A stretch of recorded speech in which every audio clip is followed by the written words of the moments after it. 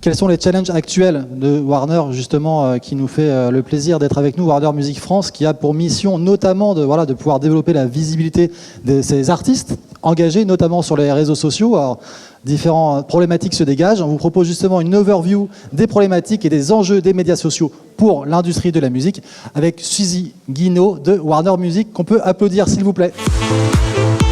Bienvenue, je vous en prie. Bonjour à tous, merci d'être encore là après cette grande journée. Écoutez, on va parler un petit peu de musique.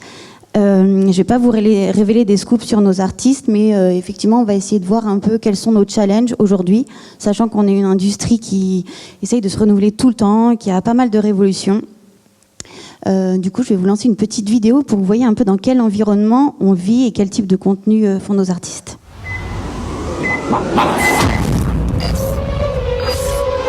Motorsport, Autobahn. Ça vient de tomber! J'ai l'honneur de vous annoncer que je suis nominé dans la catégorie artiste francophone de l'année aux Energy Music Awards. Ok, alors j'ai décidé de le reprendre pour la Coupe du Monde, mais j'ai invité deux grands artistes, un français, un brésilien. À vous de trouver, mais bien sûr je vous balance un petit extrait. Est-ce que vous êtes prêts?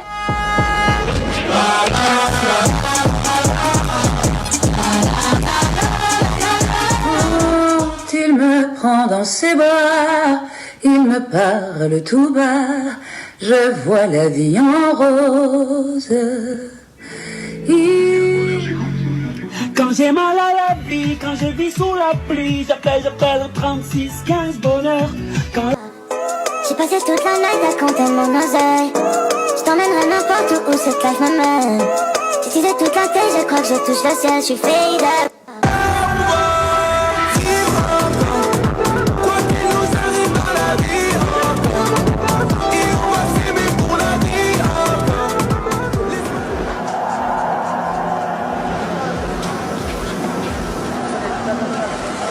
Allez, on va y aller.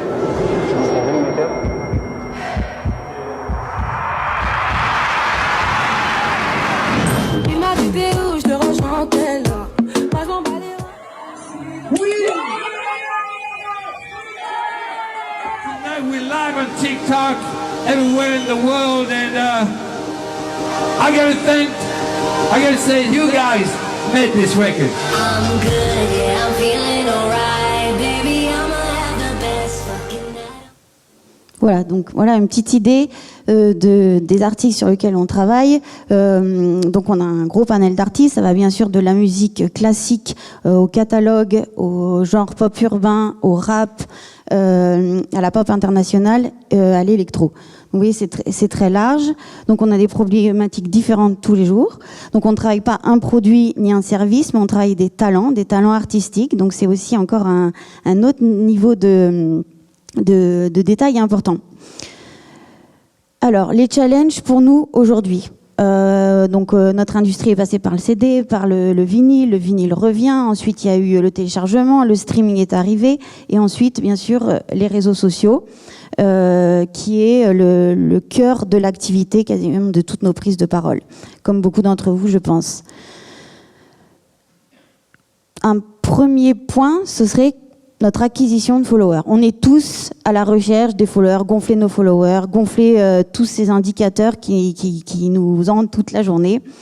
Voilà. Le premier point, ce que je voulais partager avec vous, c'est le challenge de la data.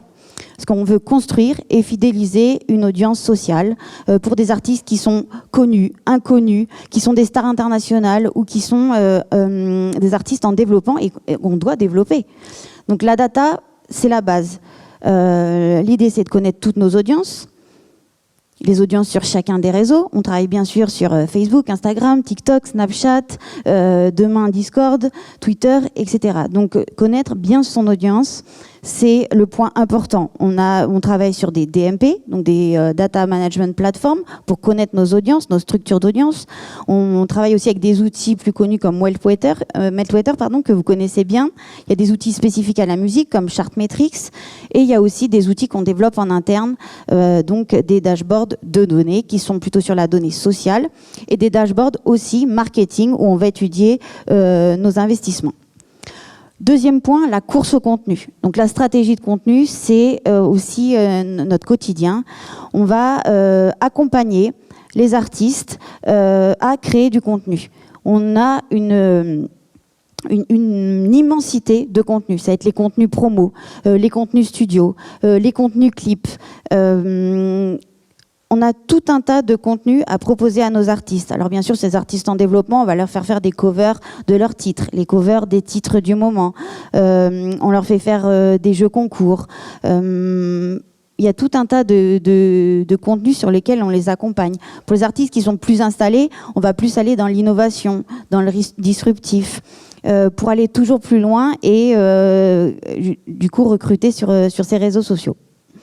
Troisième point, le défi de l'interaction.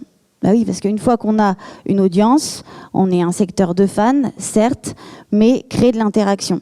C'est pas évident. Avant, nos artistes, ils allaient sur des plateaux télé, sur des plateaux radio, ils faisaient une prestation qui était liée à leur musique. Aujourd'hui, on leur demande d'aller plus loin, partager plus, créer de l'affect, créer de la proximité, créer de l'intimité, même de la confidentialité avec leur audience. Donc là, on va aller chercher tout un tas d'idées pour créer de l'interaction.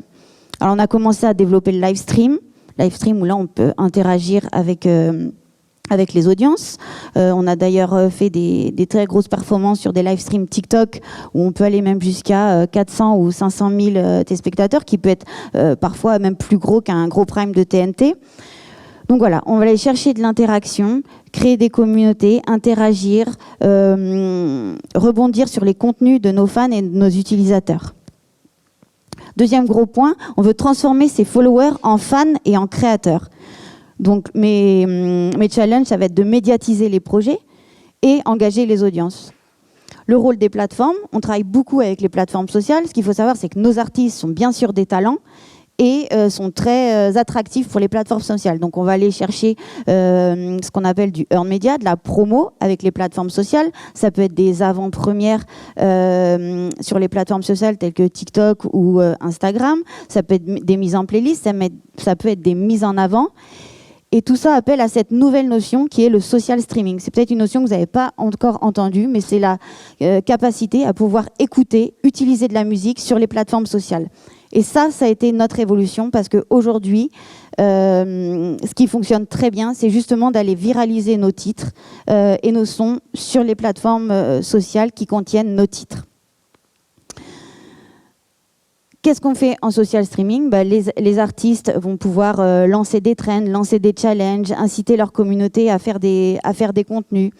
On va solliciter des influenceurs, des créateurs pour faire des contenus sur des tracks. Tout ça avec, bien sûr, des chartes influenceurs pour protéger nos utilisateurs. Donc le social streaming, un gros point de nos challenges. Et ensuite, la force du social ad. Le social ad qui est la plus grosse partie de mon expertise aujourd'hui. Je fais de la publicité depuis des années. Jusqu'à il y a très peu de temps, la télé et la radio étaient nos médias numéro 1. Aujourd'hui, le plus gros pôle de dépenses va être le social ads. Et on va du coup amplifier, sponsoriser tous les contenus qu'on vient de citer de nos artistes. Et ça va être le cœur de nos contenus. Dans le social ads, il y a aussi tous les outils de tracking, toutes les créations de bassins d'audience, de retargeting. On a une pléiade d'artistes. On a plus de 200 artistes, par exemple, dans notre Meta Business Suite, qui peut paraître peut-être gros pour certains d'entre vous. Et en fait, il y a tout ça organisé. C'est tout un écosystème organisé pour créer des segments d'audience, des bassins d'audience, du retargeting et aussi tout un écosystème pour aller chercher des nouvelles audiences, faire des croisements d'audience. Troisième point, c'est créer ces audiences en des listeners, des streamers, ce qu'on appelle des streamers de musique sur les plateformes de streaming, en acheteurs ou même des parieurs et bien plus. Donc, convertir ces audiences sociales, c'est notre target du moment. Donc, le premier point, c'est convertir toutes ces audiences sociales en first party data. C'est-à-dire qu'on va utiliser les audiences sociales de tous nos réseaux sociaux, qui est colossal, en audience opt-in, donc en notre first party data, pour pouvoir leur reproposer d'autres produits. Je suis un peu hors délai. Est-ce que je peux avoir une petite minute de plus ? Allez, yes. Voilà. Deuxième point, le social commerce. On travaille avec, bien sûr, la Fnac, tous les retailers, les plateformes de streaming que vous connaissez, mais aussi depuis quelques temps, on est aussi e-commerçant et on va les proposer des produits spécifiques pour les fans en précommande en amont. Et du coup, ça crée tout un écosystème e-commerce et de marketing e-commerce qu'on a développé grâce aux social ads et qu'on va aller chercher justement de la conversion et des ventes additionnelles via ces nouvelles offres pour les fans. Et dernier point, bien sûr, celui qui, je pense, qui nous rassemble tous, c'est comment aller vers le Web3, comment aller vers la gamification et le métaverse. Donc nous, on a commencé à faire des choses. Vous avez vu dans la petite vidéo que du coup, Aya Nakamura a proposé une expérience à ses fans dans Fortnite. On essaye aussi de gamifier tous les live streams pour créer de l'interaction, du jeu. On est aussi en train d'essayer de transformer ces audiences en communauté dans le Web3 via des offres NFT, notamment sur le genre rap. Voilà, j'ai essayé de faire rapide pour vous partager un peu les challenges de notre industrie et qui se renouvellent chaque jour. Voilà, je vous remercie de m'avoir écouté.